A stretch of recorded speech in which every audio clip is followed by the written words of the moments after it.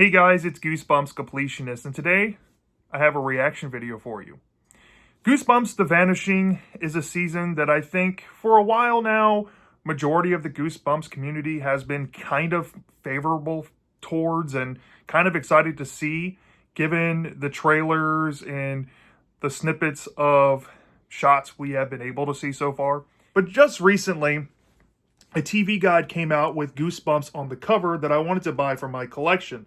But inside there's an article that makes me very worried about Goosebumps The Vanishing and has prompted me to make this video, which I'm going to call, Is Goosebumps The Vanishing Doomed on Arrival? Now, I'm going to read you the entire article as it's written here, and I'm also going to play you a clip of a reviewer on YouTube known as Critical Overlord, and I'm going to kind of couple this together and give my thoughts on what Critical Overlord has seen from the show from the time that he made his review video, which came out, I think, a day ago at the time of me making this video, and pairing that with what the article has to say. And I don't like the prognosis here whatsoever. So let's get into the article. As you'll see, when you open up the very first page of this TV guide, there's a 2-page article called Fright Nights, and I'm going to read it to you. Fright Nights. It's the one with plants gone wild. Friends star David Schwimmer takes on his first horror role in Goosebumps The Vanishing by Damian Holbrook. How's this for a pivot? Best known for the comedy series Friends, David Schwimmer is turning over a new leaf with a scary fun role in Season 2 of Disney Plus/Hulu's top-notch Goosebumps anthology. I just thought it was going to be a blast, he admits, of his first real foray into horror. I'm a physical actor, but I've never really had the chance to do horror, action, and comedy. To blend all those three was a dream. Of the invasive nightmare variety, of course. After all, this plant-themed season is based on the works of R.L. Stine, Seed Sidebar, and I'll get into that at the very end. The king of late 20th century young adult thrillers. Unlike the first season, which leaned heavily into the best-selling author's more supernatural stories for the tale of Pacific Northwest classmates terrorized by the sins of their parents' past, this all-new entry has a decidedly sci-fi vibe. Schwimmer stars as Anthony Brewer, a single dad and botanist who has returned to the Gravesend neighborhood of Brooklyn to dig into a personal, never-solved mystery with some help from an old pal, cop Jen Diaz, played by Anna Ortiz. It was a tragic event that happened 30 years prior, in 1994, to my older brother, who, along with 3 other teenagers, disappeared one night, explained Schwimmer. They just went missing and are presumed dead. So there's this trauma that's affected Anna's character and mine. In the premiere opening, we see exactly what happened to the group after they broke into an abandoned military fort, and well, let's just say it isn't your campy scholastic book fair Goosebumps. More trouble crops up when Anthony's twin teens, Devin and Cece, played by Sam McCarthy and Jaden Bartels, visit for the summer and reconnect with a group of local kids, including Devin's longtime crush Frankie, played by Galilea La Salvia. I hope I'm saying that right. Trey, played by Stoney Blyden, good guy CJ, played by Elijah M. Cooper, and Jen's juvie alum daughter, Alex, Francesca Noel. Fascinated by the lore surrounding the twins' missing uncle, the gang goads them into making a trek to the old fort for a late-night dare and inadvertently wind up awakening something in the process. By the end of the premiere, a key piece of evidence in his brother's disappearance literally attacks Anthony, and Devin becomes horrifyingly tangled up in the more aggressive flora and fauna that has escaped from his dad's basement lab. But it's not just pranks gone awry and plants gone wild in Gravesend. Co-showrunner Hillary Winston from Community and co-creator Rob Letterman, who helmed 2015's big scream Goosebumps with Jack Black, have found a way to root the story in emotion that feels as organic as the myriad plants that fill the sets inside the show's sound stages in Queens. Quote unquote, "We wanted to make sure that we were telling the true life teen stories," explains Winston, who has cast a winning ensemble of young actors. So the kids, Even if they are running from monsters, they are still living their lives, falling in love, falling out of love, having issues with their exes. We wanted to make sure that we kept that alive so that we always had the humor to balance out the horror. At the same time, the adults will be dealing with their own demons. Not only is Anthony mourning the loss of a sibling and caring for a mother slowly slipping away from dementia, but Jen is clearly still haunted by the events of 1994. Maybe that survivor's guilt is one of the driving forces of why I became a cop, offers Ortiz of her character. And I stayed in the neighborhood to make sure everybody's safe. Having been on the set for a day of filming, we can confirm that she could call for backup. As the episodes play out, the lore surrounding both the violent vegetation and the fort itself takes several shocking twists that are smartly tempered by bursts of comedy. They definitely have elevated it to be genuinely frightening, but Rob and Hillary have captured this tone where it's never too gory or too gruesome, notes Schwimmer, who has one of the skin-crawlingest moments in episode 2. There's something about it when the comedy and how it's grounded that takes you... hold on. There's something about it with the comedy and how grounded it is that you always feel taken care of. Even though you're going to get scared, you feel like it's going to be a safe scare. Just please stay out of the basement. And then there's a sidebar of the books that are mentioned, and it's called It's Really Lit. This season of Goosebumps is a mix of personal favorites from R.L. Stine's massive library, and it lists off the books that are going to be adapted. Stay Out of the Basement, The Haunted Car, Monster Blood, The Girl Who Cried Monster, The Ghost Next Door, and Welcome to Camp Nightmare. Now, my thoughts on this article. While there's some decent stuff to be had that was mentioned here, if you followed along, you might have heard some really cool stuff, and it might have got your ears perked. To me, the one thing that I was taken aback by, and I had immediate flashbacks with, is the teen drama mention. Now, because of that, I'm actually going to play you about a 1.5 minute long snippet of Critical Overlord's advanced review of where he got the first 6 episodes as like a reviewer incentive thing from Hulu and Disney to watch and review ahead of time for I guess, critics' sake. So I'm going to play you a 1.5 minute snippet of what he had to say to coincide with what I'm about to lay into.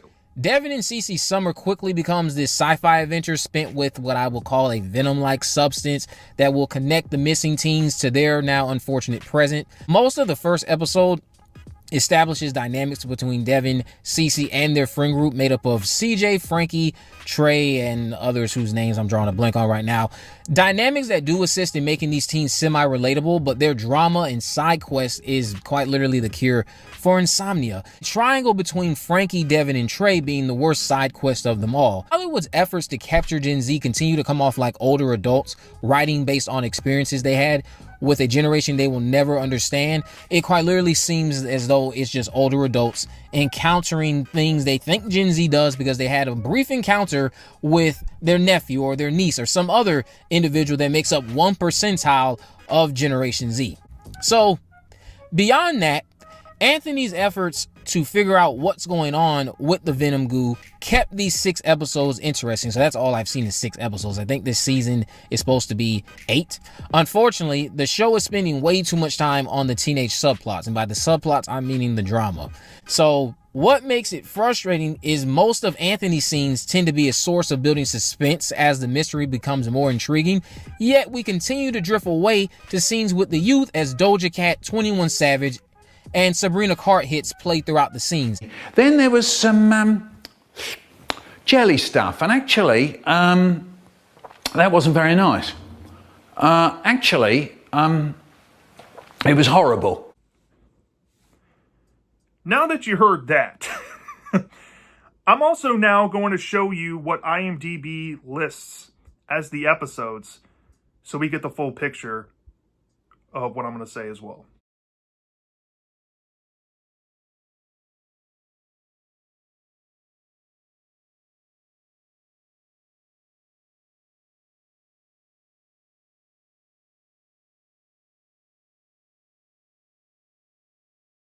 Now that you got the full context, I don't think that this show is going to succeed.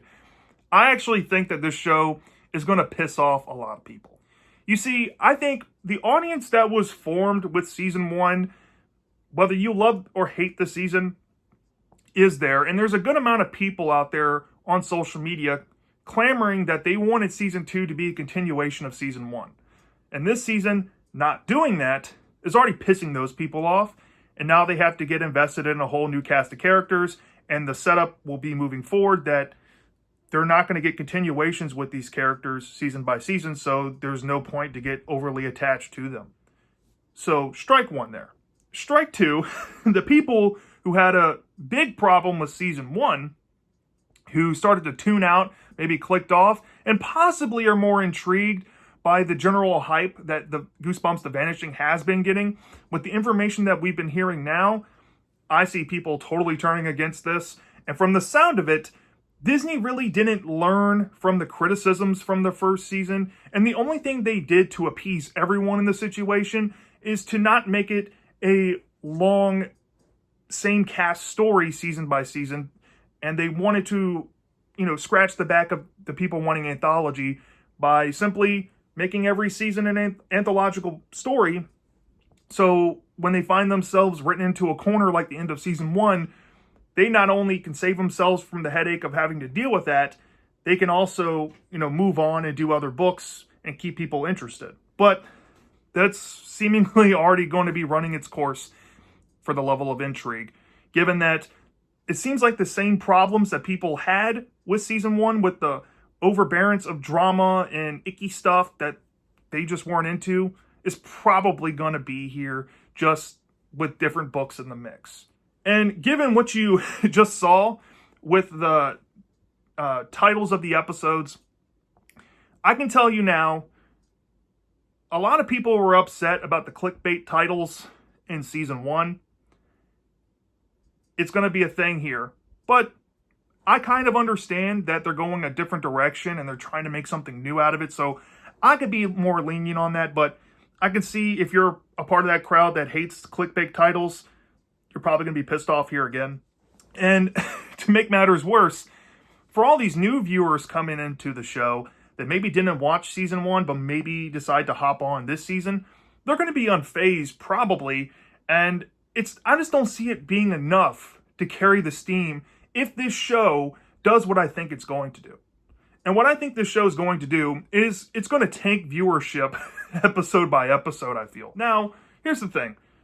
If it airs on Freeform, it's going to get its guaranteed maybe 1 million, 2 million viewers that it usually gets, which isn't that impressive when you think about it. But these days, that's impressive numbers. So take that for what you will. And on streaming, I can definitely see a lot of the casuals and the people generally interested from the 2023 show to click on to see if they like this new story or maybe hate watch it, who knows. But if the drama stuff is there, I expect the episodes to decline like this until the finale when it boosts back up, which should tell you that I don't see this ending good whatsoever for Goosebumps The Vanishing. I'm going to be upfront. Given what I heard from Critical Overlord, talking about how the middle of the show kind of sags into another love triangle, soap opera, CW, Riverdale cloned type of show. Again, to me, all the hype and the excitement I had for this season is almost completely died. And it's opened my eyes to what this project really is doing. And it opens my eyes really to the statement that I made that I thought that Disney perhaps was listening to fans when they made an anthology. I think that's kind of half-assed of them to make an anthology but not really commit on listening to the criticisms from the real fans out there. Sorry to say that if you're just a fan of the show, you're not a real fan, but I'm talking about the people who have been reading Goosebumps books or collect Goosebumps books and know the material, and they support everything that Goosebumps stands for, not just mainstream television. Sorry if I'm alienating you, but that's just what I'm trying to get at here. These people are going to be pissed off, and I just don't see this show, if it's another mixed reception season, continuing on. And I know a few amount of people would be glad if this show disappeared forever and we can kind of forget its existence. But I also see that some people make the argument that without this show, we won't be getting half the merch that we do now and half the brand push that Goosebumps has been getting it over the past year. And I can understand that too. I want Goosebumps to succeed, but I want it to succeed in a healthy and right way. Getting these mixed review seasons isn't really doing anything for the IP. Hell, even the movies themselves were mixed reviewed, and we only got 2 of them. And the rule of 2, I think, might be prevalent here. I might eat my words if we get a season 3 announcement. Maybe this season is actually good. I don't know. Maybe I might have differing opinions than this reviewer critical overlord. But I'm just reacting to this off cuff how I feel now. I don't think that this is going to end well. And my predictions, given what I know now about how I'm going to feel, it honestly depends on the writing and the performances and what they're able to do with the scares here. But I'm leaning that it's probably going to end up in the meh, okay, or just fine territory. And it's not going to be something that I think about too often. But I'm still going to go in and watch the show. But like I said, my excitement has completely fizzled because I don't know if I really want to sit through basically the same producers and writers throwing more teen drama into the mix. And they were keeping the TV-14 rating again because to me, in the trailers, it looked like the show was going a little gorier and scarier. But at the same time now, as I'm taking all this information in, it brings back the question, who is this show really for? Is it for the Gen Z audience that kind of wants more mature stuff in their kids' horror? Is it the producers being out of touch with the real audience of Goosebumps and who really watches this stuff? And I mentioned this before, if your whole goal is to capture younger fans and have them turn over and read books, loosely adapting stuff might not be the best strategy there, and especially making content that's geared towards young adults more than children, who actually are the buyers and the main customer for the books. So it just raises even more unnecessary things that you can easily avoid if you simply just made an anthology show. And I get the whole stigma about making a horror anthology show these days. You know, kids might not get the appeal. You know, other shows are more popular like Stranger Things and Riverdale. But even then, those shows eventually run their course. And what makes those shows work is that they have a finite timeline. Goosebumps is brand new. The writers right now, they have no idea where they're going to take the series. They don't have a season 3 storyline planned right now. I can promise you that. They don't have a season 4 or 5 because they're going the anthological route and they're making it up as they go. If that's the case, then just make an anthology show. You can make new stories as you go to put into the product, and you can have existing stories that you just choose to adapt. But then again, people are going to be like, oh, they're just remaking classic episodes from the 90s show. I get that, but if you're going to modernize Goosebumps, why not take the stories and try your own spin at it? If it fails, the people have spoken, but I think people would respect that more, and it might be a bit harsher of a reaction if fans turn against you than just openly saying, hey, we're not doing that to avoid the risk. But still, I don't really know what else to say about this. I don't think this 2023 era of Goosebumps television is going to last past this season. If it does, it's going to shock me. But we're going to see, and we'll get there when we get there. But that's all I got for you. This is my reaction to that. Let me know down in the comments section. What did you think about the TV Guide article? What did you think about critical Overlord's review snippet that I shared? What did you think about the episode titles out there on the internet? What is your reaction to all this? I'm dying to know. And I'll see you next time.